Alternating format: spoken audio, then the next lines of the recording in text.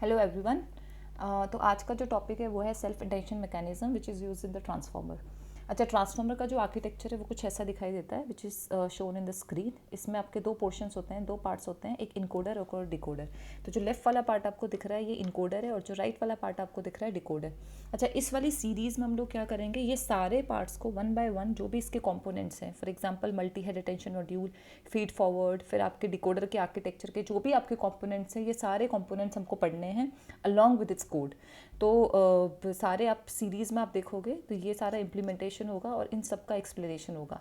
ठीक है, तो पहले वाले पार्ट में हम क्या समझेंगे, तो जो हमारा इनकोडर है वो कैसे काम करता है। इनकोडर मतलब जो लेफ्ट वाला पार्ट है, राइट। तो ये एक बहुत सिंपल सा ब्रीफ सा एक आर्किटेक्चर है, बट ये आर्किटेक्चर इतना वो नहीं है, एक्सपेंड होएगा आगे। तो अच्छा, स्टार्ट हम कर रहे हैं इस वाले मॉड्यूल से जो आपको दिख रहा है मल्टी हेड अटेंशन। तो मल्टी हेड अटेंशन समझने के लिए, जो इसका कोड है वो समझने के लिए, पहले मैं आपको एक थ्योरेटिकल कॉन्सेप्ट समझा रही हूँ, that is self attention mechanism. जब सेल्फ अटेंशन मैकेनिज्म समझ में आ जाएगा तो हम मल्टी हेड अटेंशन को समझेंगे और इसके कोड को एक्सप्लेन करूँगी मैं। ठीक है, तो आज वाले पार्ट में कोड नहीं है, थ्योरी है। नेक्स्ट वाले पार्ट में इसका कोड होएगा। ठीक है, बट ये समझना ज़रूरी है कि सेल्फ अटेंशन होता क्या है। ये कोर कंपोनेंट है आपके ट्रांसफार्मर के आर्किटेक्चर का। So this is one of the very very important videos. तो यहाँ पे आपको अच्छे से यू हैव टू पे फुल अटेंशन है। अच्छा, ये आर्किटेक्चर कब इंट्रोड्यूस हुआ था? 2017 में, and the paper was attention is all you need.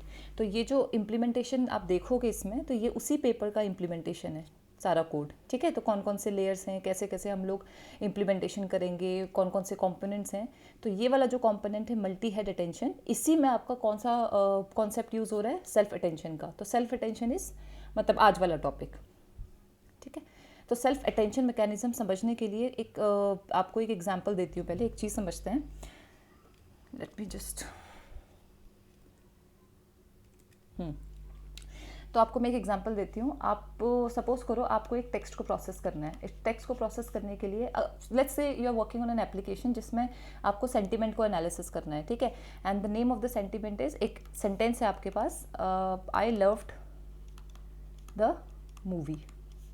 ठीक है, अब इस सेंटेंस को आपने एनालाइज करना है और बताना है कि ये नेगेटिव सेंटीमेंट है या पॉजिटिव सेंटीमेंट है। अब इस सेंटेंस को एनालाइज करने के लिए आपको क्या करना पड़ेगा, ये वर्ड्स को समझना पड़ेगा कि ये वर्ड्स क्या मीनिंग आपका बता रहे हैं, ओवरऑल इस पूरे सेंटेंस का क्या कंटेक्स्ट है, मतलब ये ओवरऑल ये सेंटेंस आपको क्या बता रहा है, पॉजिटिव है, नेगेटिव है। अकॉर्डिंगली आपका मॉडल क्या बताएगा कि ये पॉजिटिव सेंटेंस है, राइट। बट ये करने के लिए आपको ये पूरा डेटा आपको किस फॉर्म में देना है, टेक्सचुअल फॉर्म में। बट आपको पता है कि जो मॉडल्स हैं, एनएलपी मॉडल्स आपने यूज़ करें, वेदर इट इज़ आरएनएन और एलएसटीएम, कोई भी मॉडल्स आपके टेक्स्ट को नहीं समझ सकते। तो इवेंचुअली आपको क्या करना पड़ेगा, ये सारे वर्ड्स को किसमें कन्वर्ट करना पड़ेगा, नंबर्स में। अब वर्ड्स को नंबर्स में कन्वर्ट करने के लिए बहुत सारी अप्रोचेज हैं। सबसे सिंपल टेक्निक क्या हो सकती है कि आई को आपने एक नंबर दे दिया 0, लेफ्ट को दे दिया 1, द को दे दिया 2, मूवी को कर दिया 3 से असाइन। फिर आगे सपोज करो ये पहला सेंटेंस है, ऐसे आपके बहुत सारे सेंटेंसेज है आपके पूरे डेटा सेट में। अब कोई सेंटेंस आया, उसमें फिर से एक वर्ड आया लव्ड, तो आप इसको फिर से क्या असाइन करोगे, 1, क्योंकि ये ऑलरेडी आपका असाइन हो चुका है 1 से। तो आपने एक यूनिक नंबर दे दिया हर वर्ड को। तो ये बहुत सिंपल अप्रोच हो सकती है, मतलब बहुत ही स्ट्रेट फॉरवर्ड है, बहुत ईजी अप्रोच है। और अगर आप एनएलपी आपने पढ़ा होगा तो ये स्टार्टिंग की कुछ बेसिक सबसे पहली वाली अप्रोच है। ठीक है, इसके बाद आपकी बहुत सारी अप्रोचेज आई, उनमें से एक काफ़ी सक्सेसफुल टेक्निक थी and the name was word embeddings.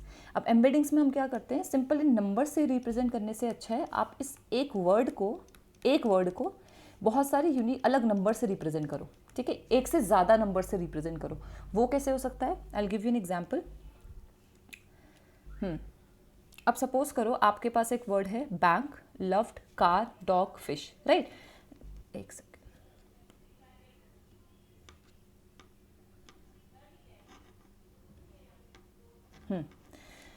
तो पहला वर्ड है आपके पास बैंक, फिर है, अच्छा मैंने कुछ इंडिविजुअल वर्ड्स लिए, इसका कोई रिलेशन नहीं है एक दूसरे के साथ, ये सब अपने इंडिविजुअल वर्ड्स है। ऐसे ही वर्ड्स को मिला के आप एक सेंटेंस बनाते हो। तो मैं बोलती हूँ सपोज हमारे पास एक वर्ड है बैंक, इस बैंक को रिप्रेजेंट करने के लिए आप कुछ नंबर्स का यूज़ करोगे। अच्छा, वो नंबर्स क्या हो सकते हैं, वो नंबर्स डिपेंड करेंगे फीचर क्या है। अब फीचर क्या हो सकते हैं, सपोज करो मैं बोल रही हूँ एक फीचर है कि ये जो वर्ड है ये किस चीज़ को रिप्रेजेंट कर रहा है, क्या ये एक लिविंग थिंग है, ठीक है, या एक नॉन लिविंग थिंग है। ठीक है, तो ये एक फीचर हो सकता है जिससे आप बैंक को रिप्रेजेंट करोगे। तो मैंने बोला ये नॉन लिविंग है, तो इसको मैं नंबर दे देती हूँ 0।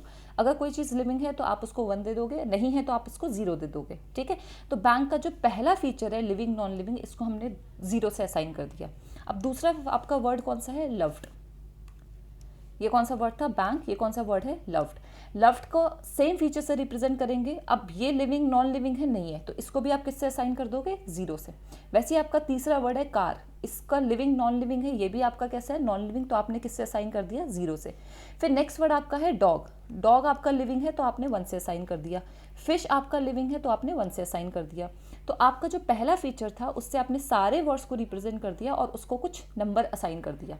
अब आपका दूसरा फीचर क्या है, दूसरा फीचर क्या हो सकता है कि वो कोई एनिमल है या ऑब्जेक्ट है। तो पहला है बैंक, अगेन वो एक ऑब्जेक्ट है तो हमने उसको 0 से असाइन कर दिया। लव्ड अगेन ऑब्जेक्ट है, कोई एनिमल तो नहीं है। सेम आपका जो कार है वो भी एक ऑब्जेक्ट है, लेकिन डॉग और फिश आपका एनिमल की कैटेगरी में आ जाएगा, तो हमने इसको किससे असाइन कर दिया, 1 से। सिमिलरली आपका तीसरा फीचर क्या है, क्या हो सकता है, वो है मूव कर सकता है, नहीं, कैन मूव और नॉट। तो इनमें से अगर आप देखोगे तो ये इसमें 0 आ जाएगा, 0 आ जाएगा। कार के केस में हाँ, कार मूव कर सकती है, डॉग मूव कर सकता है, फिश मूव कर सकती है, तो आपने 1 असाइन कर दिया। नेक्स्ट फीचर क्या हो सकता है, इमोशनल है, नॉन इमोशनल है, तो आपने बोला कि हाँ लव्ड जो है वो एक सेंटीमेंट बता रहा है तो वो एक इमोशनल है। बाकी इसमें से कोई भी वर्ड्स जो है वो सेंटीमेंट नहीं बता रहे, वो एक इमोशन को डिनोट नहीं कर रहे, तो 0 कर दिया। सिमिलरली नेक्स्ट है कि वो कोई फिजिकल ऑब्जेक्ट है या नहीं है, तो आप देखोगे ये दोनों वर्ड्स डॉग और फिश फिजिकल है, कार्ड भी एक फिजिकल ऑब्जेक्ट है जिसको आप टच कर सकते हो, फील कर सकते हो। लव्ड एक इमोशन है, 0। बैंक एक फिजिकल एंटिटी है, अगर मैं बात कर रही हूँ इंस्टीट्यूशन की जहाँ आप मनी विड्रॉ करते हो या फिर डिपॉजिट करते हो, so that's a financial institution, तो उसको हमने क्या असाइन कर दिया, 1।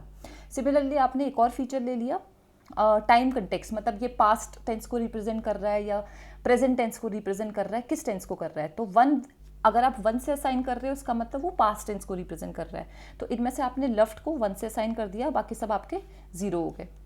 सिमिलरली आपने एक और फीचर ले लिया, सपोज द फीचर इज, अच्छा ये कोई ज़रूरी नहीं है कि 0 1 से ही होगा, ये कोई नंबर्स भी हो सकते हैं नॉर्मल, ठीक है। जैसे मैं बोलती हूँ कि कोई सेंटीमेंट है, अगर सेंटीमेंट आपका पॉजिटिव है तो आप उसको टूवर्ड्स, मतलब अगर जितना पॉजिटिव है उतना आप 1 की तरफ जाओगे, -1 से 1 के बीच में असाइन कर रहे हो नंबर। काफ़ी नेगेटिव सेंटीमेंट है तो आप उसको -1 से असाइन कर सकते हो। फॉर एग्जाम्पल अगर एक वर्ड होता है हेट, तो वहाँ पर वो सेंटीमेंट की वैल्यू कितनी हो जाती है, -1, काफ़ी नेगेटिव है। यहीं पर लव्ड एक सेंटेंस था, वर्ड था, जिसको आप सेंटीमेंट क्या दोगे, 1, क्योंकि ये काफ़ी पॉजिटिव है। तो ये भी एक फीचर हो सकता है जिसकी रेंज आपकी वेरी कर सकती है इसके बीच में, ठीक है। कोई न्यूट्रल वर्ड है जिसका कोई खास सेंटीमेंट नहीं है तो आप उसको किससे असाइन कर सकते हो, 0 से। थोड़ा सा आपका टुवर्ड्स पॉजिटिव जा रहा है तो आप उसको एक नंबर दे सकते हो, 0.5, 0.7, 0.8, ठीक है। तो इस तरीके से आप क्या कर सकते हो, इन नंबर्स को रेंज, इन वर्ड्स को इस फीचर के अकॉर्डिंग एक रेंज में डिफाइन कर सकते हो। तो इससे क्या मिलेगा हमको, हर एक वर्ड का कुछ नंबर से रिप्रेजेंटेशन मिल गया, और इसी को हम बोलते हैं एम्बेडिंग। क्या बोलते हैं हम इसको, एम्बेडिंग्स।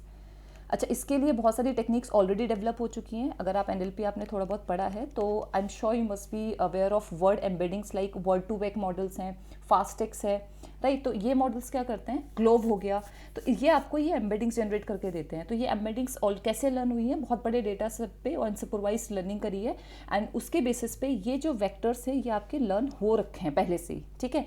तो उस पर हम नहीं जाने कि वर्ड्स कैसे आपके, कैसे ये एम्बेडिंग्स जनरेट हुई हैं, हर वर्ड के अगेंस्ट आपको कैसे पता कि वो नंबर्स क्या होंगे, क्या फीचर्स होंगे।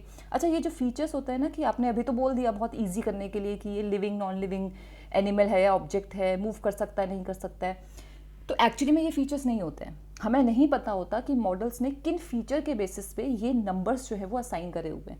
So it's a black box model, इसीलिए बोलते हैं जब आप डीप लर्निंग मॉडल को यूज़ कर रहे हो तो हमें ये तो पता है कि यार कौन से नंबर असाइन हुए हैं, बट मुझे ये नहीं पता कि किन फीचर्स के बेसिस पे आपने ये नंबर असाइन करें। तो ये फीचर्स आप आइडेंटिफाई नहीं कर पाओगे, ठीक है। तो लेकिन आपको ये पता होगा, हाँ, लेकिन अगर आपको ये चेक करना है कि ये, तो फिर हमें कैसे पता कि वो सही फीचर्स असाइन हुए हैं नहीं हुए। If you don't know what these features actually mean, या ये कौन से फीचर्स हैं जिनके बेसिस में आपने इन वर्ड्स को असाइन करा हुआ है, तो how do we actually know कि ये सही असाइनमेंट है, ठीक है। तो ये वर्ड एम्बेडिंग्स जो है वो सही जनरेट हुई है। तो अब एक एग्जांपल लेते हैं, अगर आपको चेक करना है कि कोई दो वर्ड्स एक दूसरे से रिलेटेड है या नहीं है। अब एक एग्जांपल लेते हैं, सपोज एक वर्ड है लव्ड, ठीक है, और एक वर्ड है अडोर, राइट, या एक वर्ड है हेट। तो मुझे पता है कि इन तीनों की कुछ एम्बेडिंग्स जनरेट हुई होंगी सेम फीचर्स के साथ, ठीक है। तो फीचर्स वही है जो आपने यहाँ पे लिए थे, और हो सकता है कुछ और भी फीचर्स आपने ऐड कर लिए उसके साथ। तो मुझे पता है कि ये दोनों वर्ड सिमिलर हैं, तो इनके बीच में जो सिमिलैरिटी स्कोर आएगा, एक स्कोर जनरेट करने का फॉर्मूला होता है, there is something called as cosine similarity, अगर आपने पढ़ा होगा। तो अगर मैं सिमिलर वर्ड्स के साथ स्कोर जनरेट करूँगी तो उसका स्कोर हाई आएगा। वैसे ही अगर मैं डिसिमिलर वर्ड्स के बीच में स्कोर जनरेट करूंगी तो वो क्या आएगा, लो आएगा। तो ये होगा क्या, इनके बीच में कुछ मैथमेटिकल कंप्यूटेशन होगा, और मैथमेटिक्स जब आप वो कंप्यूटेशन करोगे, कोसाइन सिमिलैरिटी निकालोगे, तो आप देखोगे कि अगर वर्ड सिमिलर होते हैं तो वो वेक्टर स्पेस में, ठीक है, एक साथ जो है वो रिप्रेजेंट हो रहे होते हैं। फॉर एग्जाम्पल एक लव्ड एक वर्ड है तो अडोर उसके आसपास होगा, ठीक है, लेकिन अगर कोई वर्ड है हेट तो वो काफ़ी दूर होगा इनसे, उसका वेक्टर जो होगा वो काफ़ी दूर होगा। अब ये जो आप वेक्टर स्पेस बोल रहे हो ये क्या चीज़ है, अगर मैं बोल रही हूँ कि लव्ड को रिप्रेजेंट करने के लिए मैंने कितने फीचर्स यूज़ करें, 1 2 3 4, हमारे वाले एग्जाम्पल में if you look at the previous example तो उसमें हम देखें 7 फीचर्स हैं, ठीक है, 7 फीचर्स को मैंने यूज़ करा, आप ज़्यादा भी यूज़ कर सकते हो। अब इस केस में हर एक फीचर एक डायमेंशन को रिप्रेजेंट करता है। फॉर एग्जाम्पल पहला फीचर था कि वो लिविंग है या नॉन लिविंग है, तो ये पहला डायमेंशन को रिप्रेजेंट कर रहा है। सेकंड फीचर आपका वो एनिमल है या ऑब्जेक्ट है, तो ये नेक्स्ट डायमेंशन को रिप्रेजेंट कर रहा है। अगर आप जितने ज़्यादा फीचर्स ऐड करोगे उतने ही वो ज़्यादा डायमेंशंस ऐड करता जाएगा, तो उतने डायमेंशन को आप उसको रिप्रेजेंट करना बहुत डिफिकल्ट हो जाएगा। तो हम लोग पीसीए टाइप की टेक्निक्स यूज़ करते हैं, जिससे आप क्या कर सकते हो, प्लॉट कर सकते हो ये सारे वर्ड्स को इन लोअर डायमेंशन स्पेस, ठीक है। तो 2D में अगर आपको रिप्रेजेंट करना है तो आप कर सकते हो, और आप देखोगे कि जो सिमिलर वर्ड्स हैं वो आपके स्पेस में एक साथ दिखाई देते हैं, क्योंकि इनका सिमिलरिटी स्कोर काफ़ी हाई होता है। लेकिन जो डिसिमिलर वर्ड्स हैं वो आपको स्पेस में काफ़ी दूर दूर दिखाई देंगे, राइट। तो ये तो है जो एक्चुअली में जो एम्बेडिंग्स यूज़ कर रहे थे हम लोग यूजिंग वर्ड एम्बेडिंग्स या फिर फास्टेक्स के थ्रू, तो वो कैसे जनरेट हो रही हैं, तो ये हमें पता है, ये this thing we already know. But इनके साथ ना कुछ प्रॉब्लम है, ऐसी वाली एम्बेडिंग्स के साथ there is a huge problem. तो वो प्रॉब्लम क्या है वो समझना है, क्योंकि उसी प्रॉब्लम को सॉल्व करने के लिए हम लोग क्या यूज़ करेंगे, सेल्फ अटेंशन का कॉन्सेप्ट, राइट। तो मूविंग अहेड, तो ये हो गया एग्जाम्पल वर्ड एम्बेडिंग्स का। बैंक के लिए आपने ये एम्बेडिंग दी, लव्ड की ये एम्बेडिंग दी, कार की ये, डॉग की ये, फिश की ये। अगर आपको देखना है कि इनके बीच में क्या सिमिलैरिटीज़ है, कोई भी 2 वर्ड्स उठा लो और मैंने बोला कि सिमिलैरिटी निकालो बैंक और डॉग के बीच में, ठीक है, तो बहुत अलग अलग वर्ड्स हैं, तो उसकी सिमिलैरिटी आई है 0.44। अगर आप बोल रहे हो लव्ड और कार के बीच में तो 0 सिमिलैरिटी आ रही है। अच्छा, ये सिमिलैरिटी हमने बेसिकली जो हमने अभी एम्बेडिंग्स क्रिएट करी थी बेस्ड ऑन 7 फीचर्स, उन्हीं फीचर्स के बेस पे देख रहे हैं हम लोग, राइट। तो एक्चुअली में इससे अलग होंगी एम्बेडिंग्स, बट ये सिर्फ एग्जाम्पल के लिए आपको समझाया हुआ है। फिश और डॉग क्योंकि थोड़े सिमिलर से वर्ड्स हैं, तो इनके बीच में आप देखोगे स्कोर भी काफ़ी हाई है। तो इससे आपको पता चल रहा है कि जो हम सिमिलर ये जो हम फीचर्स जनरेट कर रहे हैं ये काफ़ी इफेक्टिव वे है किसी वर्ड को रिप्रेजेंट करने के लिए, राइट। तो उस वर्ड का वो सेंटीमेंट बता रहा है कि हाँ भाई वो वर्ड क्या इन फीचर्स के बेसिस पे कैसे हम उसको अच्छे से रिप्रेजेंट कर सकते हैं। तो एक सही तरीका है, काफ़ी बेटर अप्रोच है, instead of assigning those words the numbers simple 0 1 2 3 4 जिनका कुछ खास मीनिंग कैप्चर नहीं कर पा रहे हो, जिसके थ्रू आप अच्छी मीनिंग्स नहीं कैप्चर कर पाओगे। ओके, अब सेल्फ अटेंशन हमको क्यों चाहिए जब हमारे पास ऑलरेडी ये अप्रोच है जो स्टैटिक, इसको कहते हैं स्टैटिक एम्बेडिंग्स। अब हम लोग एक अप्रोच यूज़ करते हैं सेल्फ अटेंशन, जिसमें हम क्या करते हैं, ये जो सेम वर्ड था, सपोज एक वर्ड है आपका बैंक, तो बैंक की आपने क्या एम्बेडिंग जनरेट करी थी, आपने 7 फीचर्स को यूज़ करके कुछ एम्बेडिंग्स को जनरेट करा। तो अब हमारा जो सेल्फ अटेंशन मैकेनिज्म है वो क्या करेगा, इसी बैंक की एम्बेडिंग्स से नई एम्बेडिंग्स को जनरेट करेगा, और जो एम्बेडिंग्स हमारी कैसी होंगी, डायनेमिक, ठीक है। तो हम लोग इनिशियली इसी यूजुअली हम क्या करते हैं, जो बैंक की ऑलरेडी कंटेक्स्ट, ये जो सॉरी नॉट कंटेक्स्ट, जो अपने स्टैटिक एम्बेडिंग्स अभी देखी थी उसी टाइप की एम्बेडिंग्स। अच्छा, रियल टाइम में क्या होता है, अभी तो हमने 7 फीचर्स देखे थे, ठीक है, बट रियल टाइम में ये फीचर्स काफ़ी ज़्यादा होते हैं। फॉर एग्जाम्पल 512 1024, तो यानी कि 512 यूनिक नंबर्स होंगे जिनके बेसिस पे मैं इस वर्ड को रिप्रेजेंट कर रही हूँ, ठीक है। तो 512 डायमेंशन स्पेस में आप इस वर्ड को रिप्रेजेंट कर रहे हो, तो जितने ज़्यादा डायमेंशन होंगे उतने ज़्यादा फीचर्स से आप क्या कर रहे हो, वर्ड्स को रिप्रेजेंट कर रहे हो, तो उतना ही ज़्यादा डिटेल में आप उस वर्ड को रिप्रेजेंट कर पाओगे, ठीक है। तो यूजुअली हम लोग 512 या 1024 का डायमेंशन यूज़ कर लेते हैं, और हमारे एग्जाम्पल में through out this entire series हम लोग यूज़ करेंगे 512 नंबर्स यूज़ करेंगे, जिससे हम किसी वर्ड को रिप्रेजेंट करने वाले हैं, ठीक है। अब हम क्या करेंगे, सेल्फ अटेंशन में इसी 512 डायमेंशन को कन्वर्ट करेंगे 512 सेम डायमेंशन में, बट जो एम्बेडिंग्स होंगी वो आपकी अब चेंज हो जाएंगी। अब ये जो एम्बेडिंग्स, ये जो अपने नंबर्स लिए थे, इसको हमने मॉडिफाई करना है into new embeddings which are called dynamic. अच्छा, ऐसा हम क्यों करेंगे, I will tell you the reason behind it, right. तो सबसे पहली चीज़ है, जो आपका सेल्फ अटेंशन है वो डायनेमिकली एडजस्ट करता है वर्ड एम्बेडिंग्स को based on the context in which they appear. अब एक एग्जांपल लेते हैं, क्या प्रॉब्लम क्या है इसके साथ। अब इसके साथ बहुत सारी प्रॉब्लम्स हैं, मैं आपके साथ एक प्रॉब्लम को डिस्कस करना चाहती हूँ। पहले सपोज करो आपका एक वर्ड है बैंक, 2 सेंटेंसेज है आपके पास, सपोज करो I went to the bank to deposit money, और दूसरा सेंटेंस है the river bank was flooded. अब यहाँ पे जो फर्स्ट वाला सेंटेंस है इसमें आपने क्या यूज़ करा है, बैंक वर्ड को किसके कंटेक्स्ट में, मनी के कंटेक्स्ट में, डिपॉजिट मनी। सेकंड सेंटेंस है जिसमें आपने बैंक को यूज़ करा है, बस किस कंटेक्स्ट में यूज़ करा है, रिवर के कंटेक्स्ट में। तो ये रिवर का बैंक रिप्रेजेंट कर रहा है, रिवर का किनारा, और ये क्या रिप्रेजेंट कर रहा है, वो जो फाइनेंशियल इंस्टीट्यूट होता है जिसमें आप मनी को डिपॉजिट करते हो, राइट। बट ये दोनों वर्ड्स की अगर हम बात करें वर्ड एम्बेडिंग्स, जैसे हम लोग अभी क्रिएट कर रहे थे, ठीक है, अगर मैं उस वर्ड एम्बेडिंग को उठाऊँ तो वो बैंक को रिप्रेजेंट करने के लिए सेम ही नंबर्स को यूज़ करेगा, ठीक है। मतलब वो ही अगर 512 डायमेंशन है तो सेम नंबर्स होंगे पहले वाले सेंटेंस में भी और दूसरे वाले सेंटेंस में भी। तो अगर आप फर्स्ट सेंटेंस को यूज़ करोगे तो उसमें बैंक की कुछ एम्बेडिंग्स यूज़ होंगी, और सेकंड सेंटेंस में भी सेम एम्बेडिंग्स यूज़ करोगे उस बैंक की। और इससे प्रॉब्लम क्या होगा, अब बैंक किस कंटेक्स्ट में यूज़ हो रहा है ये आप पता नहीं कर पाओगे। Bank as an individual entity हो सकता है वो फाइनेंशियल इंस्टीट्यूट को ज़्यादा रिप्रेजेंट कर रहा हो उस एम्बेडिंग के में, ठीक है, लेकिन जब वो रिवर के साथ है तो वो लर्न नहीं कर पाए, वो समझ नहीं पाया कि यार बैंक की एक्चुअली में एम्बेडिंग्स वो नहीं होनी चाहिए थी जो फाइनेंशियल इंस्टीट्यूट की थी, वो चेंज हो जानी चाहिए थी based on the context it is appearing. तो अगर अब सेल्फ अटेंशन मैकेनिज्म क्या करता है, वो यही करता है कि अगर बैंक आपका रिवर के साथ आ रहा है आपके सेंटेंस में, तो उसकी वो एम्बेडिंग को थोड़ा चेंज करे ताकि रिवर के बारे में भी कुछ कंपोनेंट बैंक में ऐड हो जाए। सिमिलरली अगर वो बैंक मनी के कंटेक्स्ट में आया है तो मैं चाहूँगी कि बैंक में मनी का कुछ कंटेक्स्ट ऐड हो जाए, ठीक है, मनी की कुछ इन्फॉर्मेशन बैंक में ऐड हो जाए। तो अब हायर डायमेंशन स्पेस में अगर आपका बैंक रिप्रेजेंट हो रहा है थ्रू अ पर्टिकुलर वेक्टर यहाँ पे है, और मनी इससे काफ़ी डिफरेंट है, और बैंक हालांकि रिवर भी काफ़ी एक इंडिविजुअल वर्ड है, तो बैंक अगर रिवर के कंटेक्स्ट में आ रहा है तो रिवर आपका बैंक को अपनी तरफ अट्रैक्ट कर ले, ये दो वेक्टर। अगर वो मनी के टर्म्स में आ रहा है तो बैंक और मनी एक दूसरे को अट्रैक्ट, मतलब ये वेक्टर की अगर एम्बेडिंग निकालोगे तो ये अब दोनों पास में आ जाएंगे, ठीक है। इस तरीके से वेक्टर स्पेस में आपका रिप्रेजेंटेशन हो जाएगा after you apply the self attention mechanism.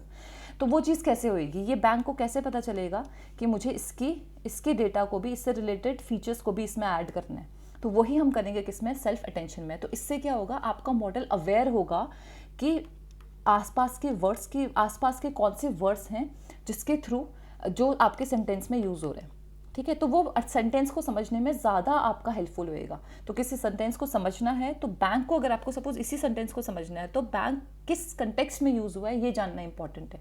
तो इसीलिए हम इस एम्बेडिंग को क्या बोलेंगे, कंटेक्चुअल एम्बेडिंग। और कंटेक्चुअल एम्बेडिंग जनरेट कौन करता है, सेल्फ अटेंशन मैकेनिज्म, ठीक है। तो यही वाला पार्ट अपने देखना है कि कैसे होता है, what is the process behind it. So let me just go through the. अब ये होगी प्रॉब्लम समझ में, और भी बहुत सारी प्रॉब्लम्स हैं, मैं धीरे धीरे जैसे जैसे हम आगे बढ़ेंगे वो आपको समझाऊंगी, क्योंकि हो सकता है सारी चीज़ें आपको भी नहीं समझ में आए। एनीवेज, स्टैटिक एम्बेडिंग के साथ पहली प्रॉब्लम क्या है, देखो, static embedding could not capture long range. अब लॉन्ग रेंज डिपेंडेंसीज क्या है ये मैं आपको बाद में समझा दूंगी।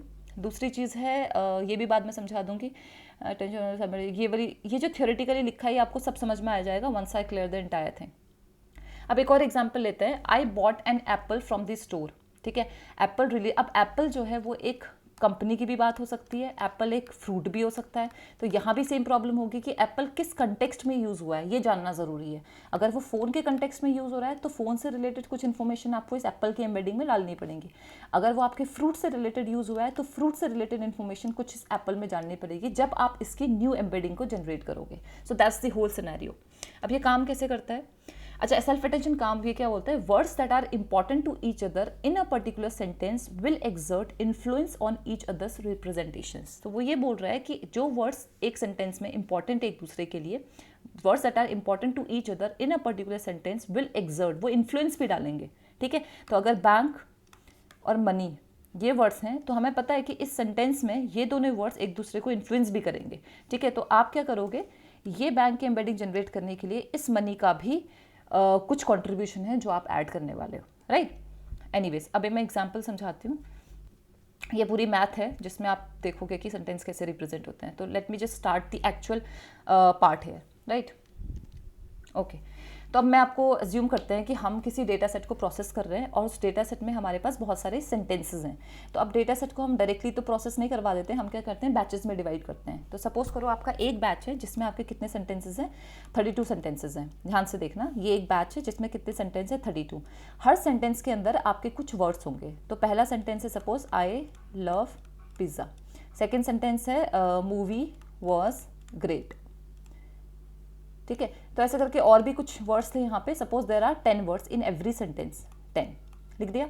कितने कितने सेंटेंसेस हैं यहाँ पे? 32 सेंटेंसेस है। हर सेंटेंस के अंदर कितने वर्ड्स हैं? 10 वर्ड्स हैं। इसको कहते हैं हम सीक्वेंस की लेंथ। ये होता है हमारा बैच का साइज इनटू, आप बोल रहे हो कि यार हर वर्ड को रिप्रेजेंट करने के लिए आपने कितने एम्बेडिंग्स का यूज़ करा हुआ है। मैंने बोला हम रियल टाइम में 512 यूज़ करेंगे, तो इसका जो डायमेंशन होगा वो कितना होगा? 512। तो पहले तो ये समझने की ज़रूरत है कि ये 3D में रिप्रेजेंट हो रहा है आपका एक बैच। तो ये मेरा एक बैच है, आप बोल रहे हैं 32 is the batch size, 32 examples in a batch. Her example के अंदर कितने वर्ड्स हैं, कितने सीक्वेंस हैं? 10। और हर वर्ड के अंदर कितने फीचर्स हैं? 512। ठीक है, तो ये हमारा पहले क्या होगा? दिस इज माई इनपुट, ये मेरा एक बैच है।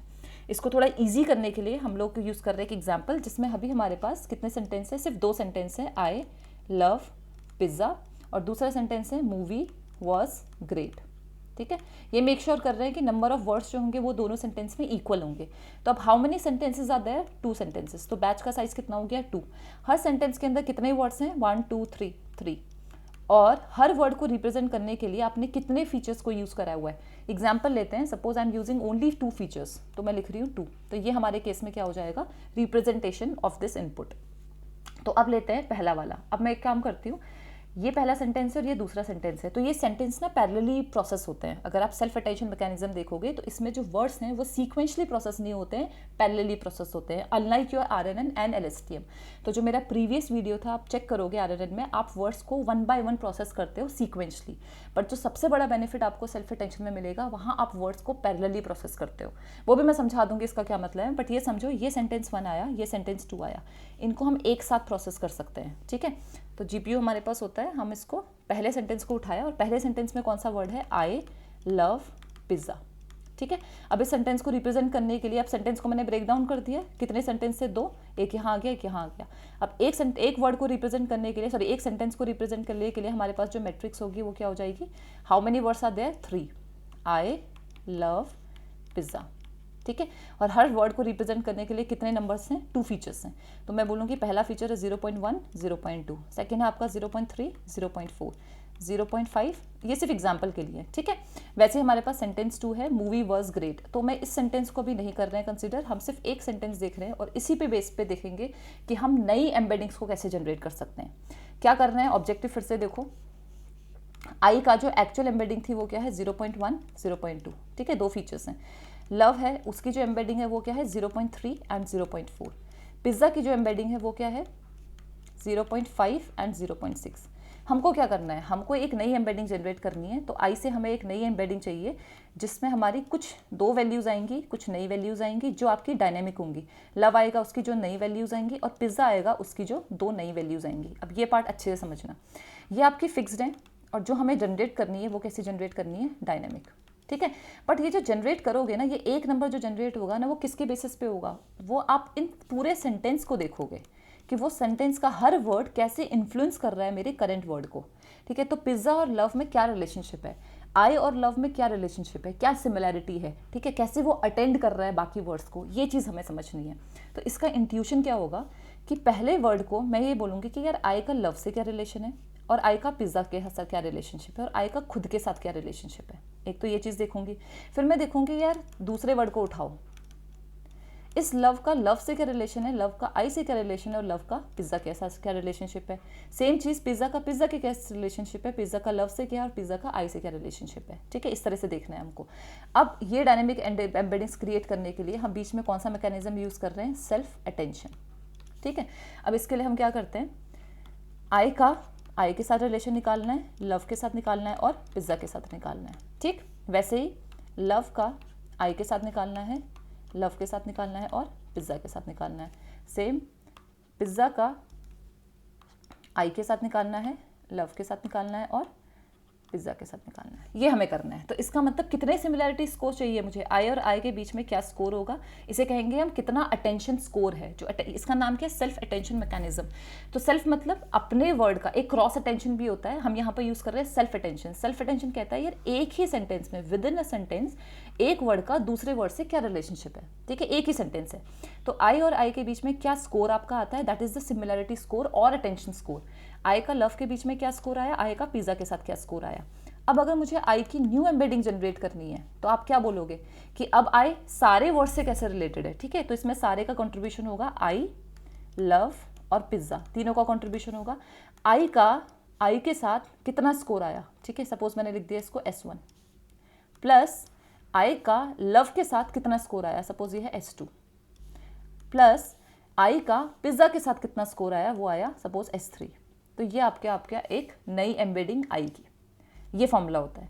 फिर मैं बोलती हूँ यार लव आया, अब मुझे लव के लिए भी निकालना है, इसकी नई एम्बेडिंग निकालनी है, मतलब डायनेमिक एम्बेडिंग निकालनी है, तो वो भी तीनों वर्ड से मिलकर बना है, आई, लव एंड पिज़्ज़ा। तीनों का कंट्रीब्यूशन होगा, बट कितना होगा वो आप देखोगे यार, लव और आई का कितना सिमिलरिटी है, सपोज ये S4 है, प्लस लव और लव का कितना सिमिलरिटी है, S5, प्लस लव और पिज़्ज़ा का कितना सिमिलरिटी है, S6, या कितना अटेंशन है। फिर पिज़्ज़ा का भी नया स्कोर निकालना है आपको, तो वो भी क्या हो जाएगा, इसमें भी तीनों का कंट्रीब्यूशन है, आई, लव, पिज़्ज़ा, प्लस सेम कितना आपका स्कोर है, और कितना आपका स्कोर है। तो ये बेसिकली हमको फाइनली चाहिए, ठीक है। ये करने के लिए हमको ये स्कोर्स चाहिए ऑफ कोर्स, ठीक है। ये स्कोर निकालने से पहले हमको ये देखना ये स्कोर कहाँ से, अच्छा S1 अगर मैं बोलूँ तो कैसे निकालोगे आप सोचो। तो S1 क्या है, आई और आई के बीच में रिलेशन क्या है, तब आई क्या है हमारा 0.1, 0.2, तो मैं बोल सपोज आई और लव के बीच में निकालना है, ईजी कर लेते हैं, 0.1, 0.2, और ये आई का है स्कोर, मतलब एम्बेडिंग है, और लव की क्या है 0.3 एंड 0.4। तो मैं बोल रही हूँ आई और लव के बीच में कितना सिमिलैरिटी होगा, तो आप बोलोगे चलो इन दोनों को मल्टीप्लाई करो, 0.1 इंटू 0.3, ठीक है, plus 0.2 into 0.4। So this is the similarity score, suppose it is 0.11, तो आप क्या बोलोगे कि आई और लव के बीच में कितना स्कोर आ गया, 0.11। तो आप ये बोल रहे हो कि आई का लव के साथ जो स्कोर आया वो कितना आ गया, 0.11 इंटू जो लव की एक्चुअल एम्बेडिंग थी, ठीक है। लव का जो भी स्कोर था उसको किससे मल्टीप्लाई कर दिया, इसका मतलब इसको आपने स्केलिंग कर दी इसमें, तो लव का जो भी स्कोर था उसको कितना आपने स्कोर असाइन कर दिया, 0.11। सेम चीज़ आप पिज़्ज़ा के स्कोर के साथ करोगे, सेम चीज़ आप आई के स्कोर के साथ करोगे, ठीक है। तो ये सिमिलरिटी स्कोर मुझे चाहिए। अगर आप सिंपल मल्टीप्लिकेशन कर देते हो ना, जैसे हमने अभी किया है डायरेक्ट मल्टीप्लिकेशन, तो मुझे सारे नंबर्स मिल जाएंगे, यहाँ भी एक नंबर आएगा, यहाँ भी एक नंबर आएगा। आई का स्कोर मुझे पता ही है, एम्बेडिंग 0.1, 0.2, लव का मुझे पता ही है ये नंबर, और पिज़्ज़ा का मुझे पता है यही नंबर, तो ये तो डायरेक्टली स्कोर आ ही जाएगा, कुछ और करने की जरूरत ही नहीं है। But there is a big problem here, यहाँ आपने कुछ सीखा ही नहीं, there is no learning involve. यहाँ कोई वेट्स असाइन हुए हैं क्या, कोई आपने वेट मैट्रिक्स यूज़ करी, क्या कोई बैक प्रोपोगेशन यूज़ करा है, नहीं हुआ है। आपने यहाँ डायरेक्टली वैल्यूज़ को असाइन कर दिया और आप बोल रहे हो लर्निंग हो गई, लर्निंग नहीं हुई है। ये आपने कुछ नंबर्स लिए जो कि फिक्स्ड एम्बेडिंग्स थे, इससे आपको कुछ वैल्यू निकली है, वो आपने लर्निंग नहीं करी, मतलब आपने सीखा नहीं है अभी आई लव पिज़्ज़ा। ये लर्निंग तब होगी जब आप इसमें वेट्स को इंट्रोड्यूस करोगे।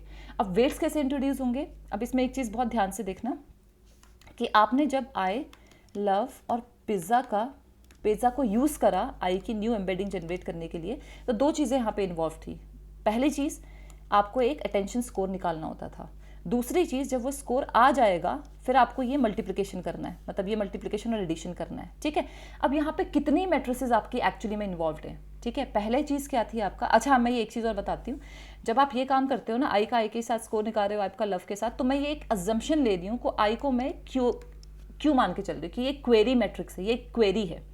इसको क्वेरी करना है किसके साथ, आई के साथ, लव के साथ और पिज़्ज़ा के साथ। इसको मैं बोल रही हूँ ये मेरी कीज़ है, ठीक है। तो पहली बार जब मैंने स्कोर निकाला, अटेंशन स्कोर निकाला, तो मैंने बोला आई क्वेरी करेगा आई के साथ, उससे मुझे एक स्कोर निकलेगा। आई क्वेरी करेगा लव के साथ तो मुझे एक स्कोर मिलेगा। आई क्वेरी करेगा किसके साथ, पिज़्ज़ा के साथ, तो मुझे एक नया स्कोर मिलेगा, ठीक है। तो मेरा इसका मतलब जो क्यू है वो किसके साथ मल्टीप्लाई हो रहा है, के के साथ, ठीक है। तो हुआ क्या, देखो आई वर्ड्स तो तीन ही थे ना, आई लव पिज़्ज़ा, बट ये तीन वर्ड्स ना तीन तरीके से यूज़ हो रहे हैं। आई जो है एज अ क्वेरी भी यूज़ हो रहा है, जब आप क्वेश्चन पूछ रहे हो कि किससे कितना स्कोर है। I as a key vector भी यूज़ हो रहा है, ठीक है, जिसमें आप क्या कर रहे हो, वो कीज़ भी बन जाती है। अब सेकंड बारी में क्या होगा, लव क्या बन जाएगा, क्वेरी बन जाएगा, और सारी कीज़ क्या बन जाएगी, आई लव पिज़्ज़ा में ये की बन जाएगा, की बन जाएगा, की बन जाएगा। तो लव एज अ क्वेरी भी यूज़ हो रहा है, I as a query vector use हो रहा है। सिमिलरली हर वर्ड जो होगा as a query vector use होगा, as a key vector use होगा, and as a value vector use होगा। अच्छा, ये वैल्यू वेक्टर क्या है, जब आप ये मल्टीप्लिकेशन कर रहे हो ना, ये सिमिलरिटी स्कोर निकाला, कैसे निकाला, आई के साथ रिलेशन, ये स्कोर आया, ठीक है। फिर स्कोर से किससे मल्टीप्लाई करना है आपने, फिर से आई वेक्टर से मल्टीप्लाई करा है। ये आई वेक्टर अब ये वैल्यू को रिप्रेजेंट कर रहा है। क्वेरी क्या हो गया, जब आप स्कोर निकाल रहे थे, सिमिलैरिटी स्कोर, अटेंशन स्कोर, तब मैंने क्या यूज़ करा, आई कैसे रिप्रेजेंट हो रहा है, एज अ क्वेरी। फिर मेरा की क्या होता है, जिसके रिस्पेक्ट में आप निकाल रहे होते हो कि स्कोर क्या है, तो वो एज अ की वेक्टर भी यूज़ हो रहा है, तो मैंने बोला आई as a key vector use हो रहा है। जब आप फाइनल कैलकुलेशन करते हो, जो एक्चुअल स्कोर्स रहते हैं, तो आप बोल रहे हो वो मेरा क्या रिप्रेजेंट कर रहा है, वैल्यू वेक्टर। तो अब यहाँ पे हर वर्ड जो है वो 3 तरीके से यूज़ हो रहा है, क्वेरी, की एंड वैल्यू। तो instead of using only single vectors, जब पहले हम आई लव पिज़्ज़ा को निकालने के लिए एक सिंगल वेक्टर यूज़ कर रहे थे 0.1 0.2 जो उसकी वैल्यू थी, ठीक है, अब उसको हम किसी भी तरीके से 3 पार्ट में डिवाइड करने वाले हैं। अब हम 3 नई वेक्टर्स जनरेट करेंगे जो आपके क्वेरी, की और वैल्यू को रिप्रेजेंट करेगा, ठीक है। अब पूरा प्रोसेस ईजी हो जाएगा, मैं तुमको एक एक करके एग्जाम्पल लेती हूँ ये वाला और फिर समझाती हूँ। You have to take this example. अब इसमें अब मैं instead of taking these words individually, we are stacking up together. तो I love pizza, back to the previous example जहाँ पर मेरे पास एक बैच था, उस बैच में कितने एग्जाम्पल्स थे, 2 एग्जाम्पल्स थे, ठीक है। और हर एग्जाम्पल में कितने वो थे, वर्ड्स थे, 3 वर्ड्स थे, और हर वर्ड को रिप्रेजेंट करने के लिए 2 फीचर यूज़ कर रहे थे। तो मैंने क्या बोला कि 2 सेंटेंस पैरेलली प्रोसेस हो रहे हैं, तो मेरे पास अब जो वो बच गया, मैट्रिक्स का डायमेंशन है वो कितना है, 3x2। तो आई लव पिज़्ज़ा को रिप्रेजेंट करने के लिए मेरे पास 3 रोज हैं और 2 कॉलम्स हैं, ठीक है। तो पहला क्या है, 0.1, 0.2, 0.3, 0.4, 0.5, 0.6, ठीक है। ये मेरा एक्स है, एक्स मतलब फर्स्ट सेंटेंस। अब इसको हमने क्या करना है, इससे मुझे जनरेट करना है क्वेरी, की एंड वैल्यू वेक्टर।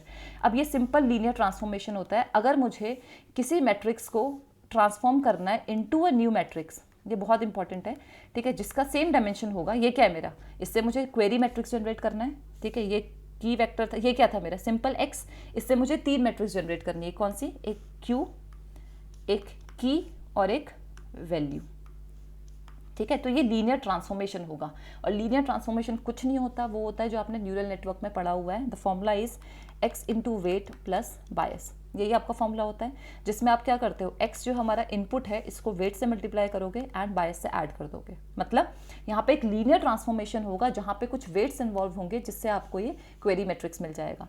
जो वेट का डायमेंशन होगा वो कितना होगा, अब ये समझ लो एक न्यूरल नेटवर्क जो लेयर होती है, लीनियर लेयर, राइट। तो सपोज करो आप पहले एग्जाम्पल को उठाओ, कितने फीचर्स हैं यहाँ पे, 2। तो फर्स्ट वाली लेयर में, इनपुट लेयर में कितने न्यूरॉन्स हैं, 2, 0.1 एंड 0.2। ये इनपुट को आपने कितने इनपुट में ट्रांसफॉर्म करना है, हमको 2 चाहिए इनपुट में, पहले एग्जांपल में 2 वैल्यूज चाहिए, तो इस इनपुट को कितनी वैल्यूज चाहिए, 2 वैल्यूज चाहिए, तो आउटपुट लेयर में कितने न्यूरॉन्स हो जाएंगे, 2 न्यूरॉन्स हो जाएंगे।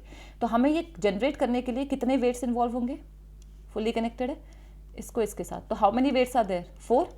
तो ये आपका जो वेट मैट्रिक्स होगी इसका डायमेंशन कितना होगा, 2x2, यही होगा।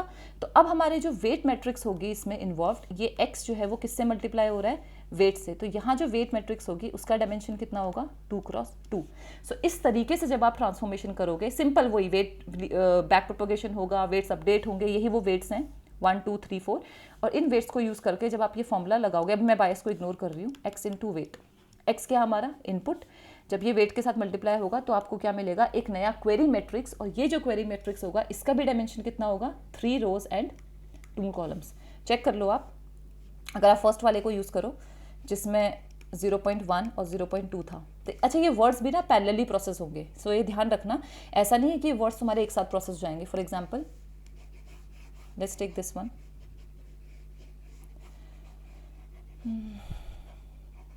तो मैं ये आपको बता रही हूँ कि जब आपका पहला वाला वो होगा सेंटेंस, पहला वाला जो वर्ड होगा 0.1 एंड 0.2, ठीक है, ये वाला वर्ड है। दूसरा वर्ड है आपका 0.3, 0.4, तीसरा वर्ड है 0.5 एंड 0.6। ये आपकी पैरेलल प्रोसेसिंग चल रही है। तो यहाँ पर आपके 2 नोट्स हैं, आउटपुट में भी 2 नोट्स चाहिए। तो जो वेट मैट्रिक्स, हाँ वेट मैट्रिक्स तीनों की सेम रहेगी, क्वेरी मैट्रिक्स नहीं, अभी हम सिर्फ क्वेरी निकाल रहे हैं। तो कितना होगा, 2x2। तो इसका डायमेंशन कितना है, 1x2,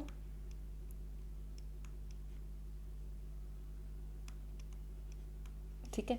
इसको मल्टीप्लाई करा 2x2 के साथ, तो आपको जो आउटपुट मिला वो कितना हो गया, 1x2 का,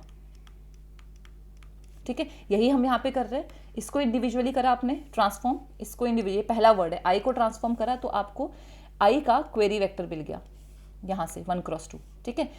सिमिलरली अगर आपने सेकंड वाले वर्ड को ट्रांसफॉर्म करा तो आपको क्वेरी वेक्टर किसका मिल गया, लव का। सिमिलरली आपको पिज्ज़ा का क्वेरी वेक्टर मिल गया, पिज्ज़ा का क्वेरी वेक्टर मिल गया, ठीक है। Sorry, Q of I, Q of love, Q of pizza लिखना चाहिए था, उल्टा लिख दिया। एनीवेज, तो ये जब इसी को ट्रांसफॉर्मेशन को हम क्या कहते हैं, लीनियर ट्रांसफॉर्मेशन, लीनियर ट्रांसफॉर्मेशन। तो आपने क्या करा, हर वर्ड को उठाया और आपने एक न्यूरल नेटवर्क की लेयर उठाई, उसमें आपने पास करा और सिंपल फॉर्मूला है x इंटू वेट प्लस बायस, उसे अप्लाई करा और आपको क्या मिल गया, एक लीनियरली ट्रांसफॉर्म्ड मैट्रिक्स जो आपकी क्या रिप्रेजेंट कर रही है, क्वेरी को। अब इसमें वेट इंट्रोड्यूस हो गए, देखो यहाँ पे। तो जब आप इसको ट्रेनिंग करोगे ना तो ये वेट्स जो है वो अपडेट होंगे। ये वेट्स इस तरीके से अपडेट होंगे कि आपको सही वैल्यूज़ मिल जाएंगी किसकी, क्वेरी मैट्रिक्स की। और क्वेरी क्यों इंपॉर्टेंट है, क्योंकि आप क्वेरी इंटू की करते हो। जब आपको आई और लव में रिलेशनशिप निकालना है तो आप क्या करते थे, क्वेरी ऑफ आई को मल्टीप्लाई करते हो की ऑफ लव से, ठीक है।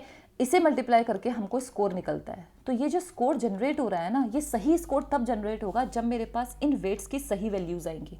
कैसे, जब वेट्स की सही वैल्यूज़ आएंगी तभी तो ये इनपुट के साथ, जब आप 0.1 और 0.2 आई है, जब आप इसको वेट से मल्टीप्लाई करोगे, ठीक है, 2x2 के, तो जब सही वेट्स की वैल्यू अपडेट होंगी तभी तो मुझे आई का एक क्वेरी वेक्टर मिलेगा, ठीक है। क्वेरी वेक्टर मिलेगा आई का जो मेरी सही वैल्यूज़ को रिप्रेजेंट करेगा।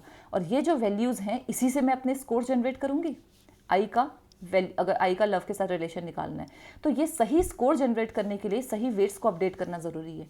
और ये जो वेट्स तुम्हारे अपडेट होंगे वो कब होंगे, बैक प्रोपगेशन के टाइम पे, ठीक है, based on a particular problem. तो आउटपुट अगर तुम्हारा लॉस निकालते हो, ठीक है, लॉस को रिड्यूस करने के लिए आप इन वेट्स की वैल्यूज़ को क्या करोगे, हर एक पैरामीटर को, हर एक वैल्यू को क्या करोगे, मॉडिफाई करोगे, चेंजेस करोगे, ट्यूनिंग करोगे इस तरीके से कि मुझे सही वैल्यू मिल जाए इस वेक्टर की, क्वेरी वेक्टर की। तो यही काम हमको करना है। तो सेम चीज़ है। अब यहाँ पे आ जाओ एग्जाम्पल में। मेरा अब ये था आई लव पिज़्ज़ा और ये 2/2 की आपकी वेट मैट्रिक्स थी। अब अज्यूम करो आपको वैल्यूज़ मिल गई ये वाली, ठीक है। मल्टीप्लाई सिंपल, ये आपका क्या है, मैट्रिक्स मल्टीप्लिकेशन है। मैट्रिक्स मल्टीप्लिकेशन करा तो आपको क्या मिल गया, query of I, query of love, query of pizza, ठीक है। सेम चीज़, ये पैरेलली हो रहा है, सारे वर्ड्स का प्रोसेसिंग पैरेलली हो रही है, ठीक है। अब दूसरा वाला आ गया क्वेरी। अब मुझे क्या करना है, की वेक्टर निकालना है, वैसे ही मुझे वैल्यू वेक्टर निकालना है। सेम एग्जैक्ट सेम प्रोसेस होगा, यही इनपुट है, यही इनपुट है। वेट्स आपके अलग होंगे, ध्यान रखना, क्योंकि क्वेरी और वैल्यू और क्वेरी की और वैल्यू अलग अलग चीज़ें रिप्रेजेंट कर रहे हैं। तो आप जो वेट मैट्रिक्स यूज़ करोगे तीनों में अलग यूज़ करोगे।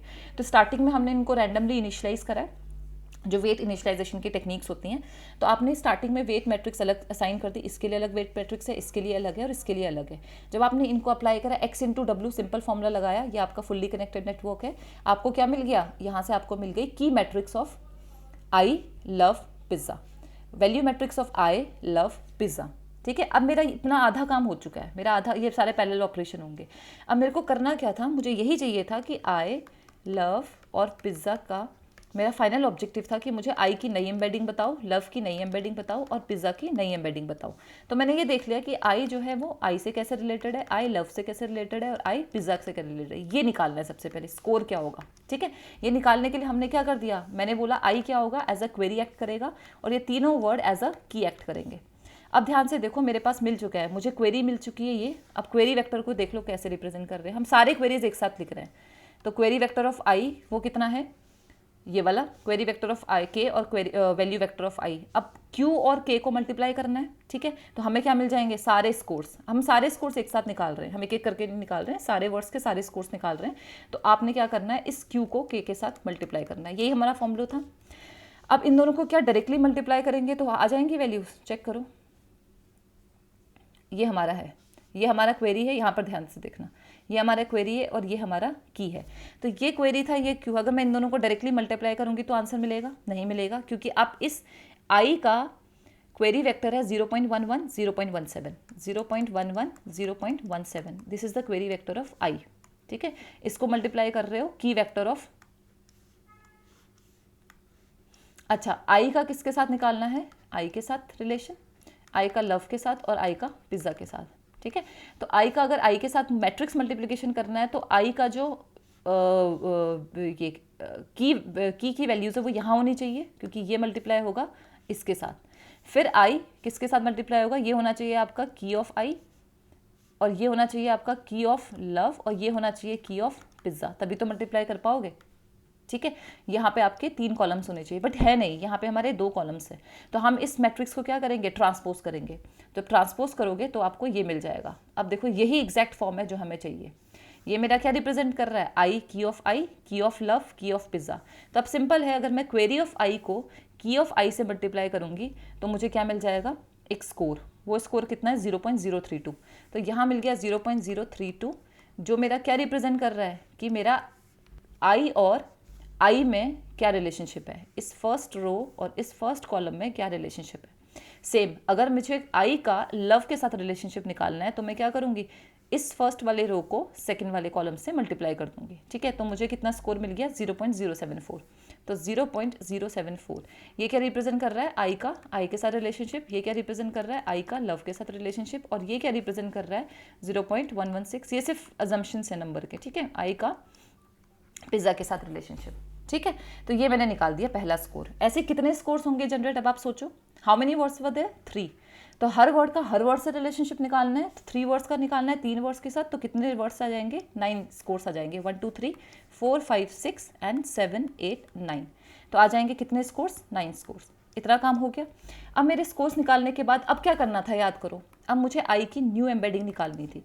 तो हम क्या करते हैं, आई की और आई, लव और पिज़्ज़ा, क्योंकि इसकी एम्बेडिंग निकालने के लिए आपको तीनों का कंट्रीब्यूशन देखना है। ठीक है, तो अब आई का कितना वेटेज है, आई का वेटेज है 0.032 प्लस आई का लव के साथ कितना वेटेज है, 0. अटेंशन स्कोर बोल रही हूँ मैं, ठीक है, लव के साथ, प्लस आई का पिज़्ज़ा के साथ कितना है, 0.116 आ गया।